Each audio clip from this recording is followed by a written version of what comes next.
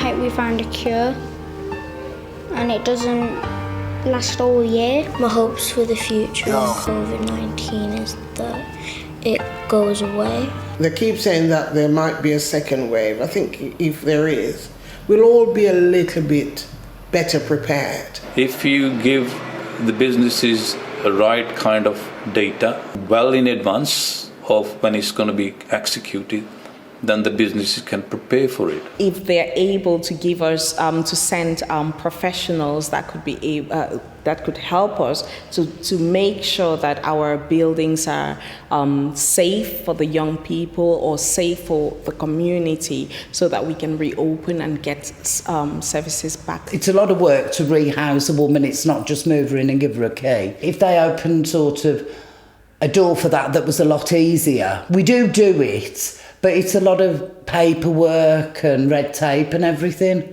So I think if we could get sort of more backing from the councils to, like, you're doing a brilliant job, carry on and we'll make our side of it easier. I got quite annoyed when the pubs were open before my dance was open, and I feel like they need to be a bit more mindful for those clubs that don't own their own buildings and have to use other buildings. I feel like the council needs to be a bit accepting into letting them use those buildings as long as they're using the guidelines that the government has given us. I think a need for the leaders of the city councils to come out and talk to businesses and get first-hand experience what they feel. Making advice available online, or whether there's any online hubs that you could put together for people. That's the main thing really, so that people know where to go if they're stuck, financially or otherwise. I think the City Council is trying through the Economic Growth Board to actually give out help. We need more employability for young people, we need more chances, we need more opportunities,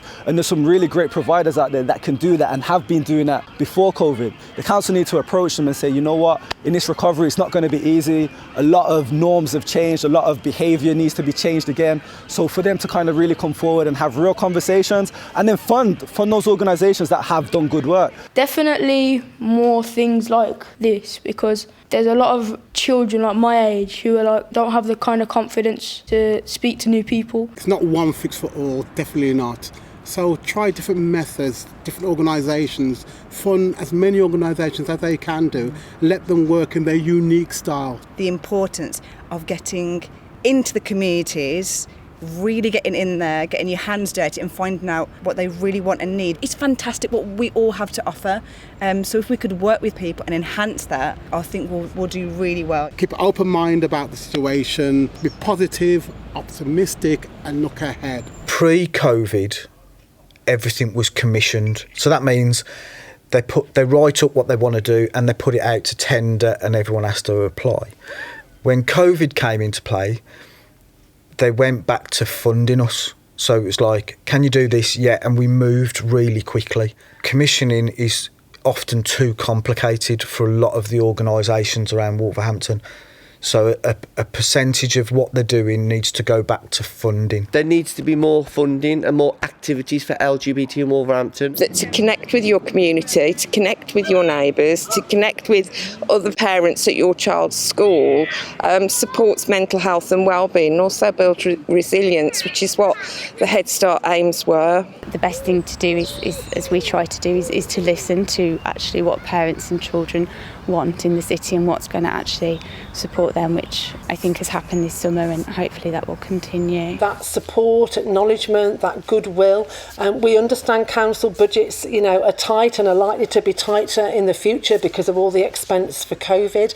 But any practical support that us and all the small and little food banks can have, buying food in bulk or negotiating that kind of thing, something like the food distribution hub probably isn't sustainable longer term from a council perspective, but finding ways to work with us all has got to be a good thing. Could offer some support in, I don't know, maybe sort of promotion even, that would be a huge help. I would like to see the council making much more effort on a greener side of things. Firstly, I think it'd be a lot nicer if everything was a bit greener and more eco-friendly. And then also if there was just more stuff to keep people my age busy, because it has shown that crime rates go down if young people have stuff to do. The council will have to start funding groups where some people literally just sit down and can just speak to other people going through the same issues and just talk it out. And I think that's one of the things that the council will have to invest in and will have to fund, because of if they want to have a more positive mindset, particularly in Wolverhampton,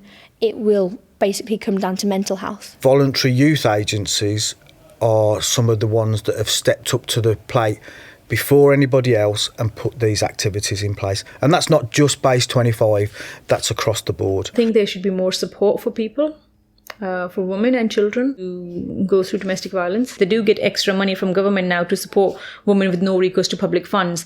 But these women still don't know. They think, okay, if we are in this country and we are on a dependent visa and stuff, we can't ask for help. Just to put the awareness out that it's okay to come and do an activity, because I think people are still quite afraid to come out, aren't they? So it's just okay to come and dance or to learn new skills. Recovery for Dance Box would be not just financial help to get us back on our feet, but encouragement to stay open and that we're not just forgotten. If we do come up with a barrier where we look like we have to close, the council would be there to help us. I also think it would be useful, perhaps for us and for people in general, to put together resources for people who are either disabled or impaired in other ways, maybe from health conditions, mental illness, physical, and perhaps who have particularly struggled in the lockdown. I think they do need to think about how it was affected, like the early years children. I think we're really lucky to have networks such as Wolverhampton for everyone in the city. Invest in communities and try and bring them up.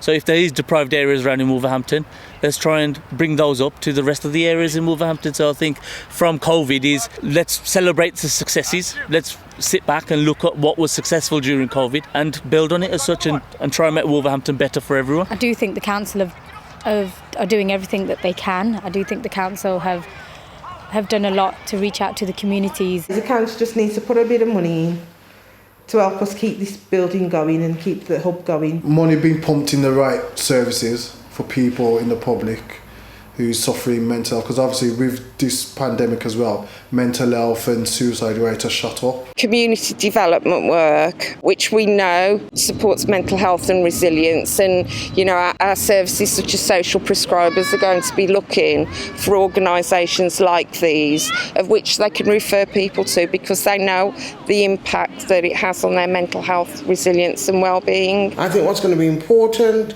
when things restart is that the council continues to talk to people in community groups to try and understand the challenges that they're facing and look at how they can help us, because it's in everybody's interest. This is about Wolverhampton, it's about the citizens of Wolverhampton. I'd like more activities going on, more funding, so that we can do an awful lot more for our community. Wolverhampton is an area that was quite badly hit, and certainly my own community, the African Caribbean community, was disproportionately hit. I do think that the council should offer a bit of funding towards the arts so that we can try and shape a better future. Unemployment figures have rocketed across the Black Country in the past few months. People getting the opportunity to have employment is going to be vital. Help people that don't have houses, don't have homes, try and stop racial discrimination. I'd like to see more projects like this,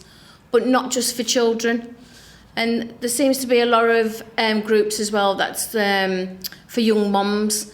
But there's people like me as well that had to stop work through ill health and have gone back to college to retrain, but there's no help for me, for my age. I would like them, the council and everybody, to reach out to the more vulnerable children. What we need to see going forward is the rebuilding of a youth service. From our point of view, we'd like to be in a position where we don't need a food bank, where we're put out of business because everybody has enough food and toiletries and financial support. I hope that the world begins to see, as we come out of COVID, that really what the world needs is actually more high-profile autistic people in positions where they can influence policy at governmental and international level. I can't wait for everything to get back to normal, for not only for my sake, but for the whole world, because it's something that's affecting the whole world, isn't it? COVID's always going to be there. We just need to think of a positive way of how to live with it. COVID recovery is as much about compassion and generosity,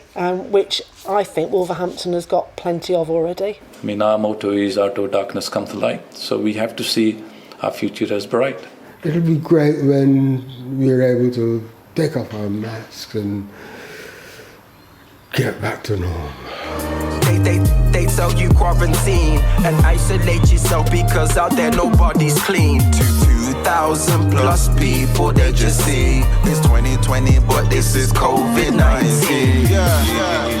I swear they tell you quarantine, isolate yourself because out there nobody's clean. 3,000 plus people that you see. It's 2020 but this is COVID-19.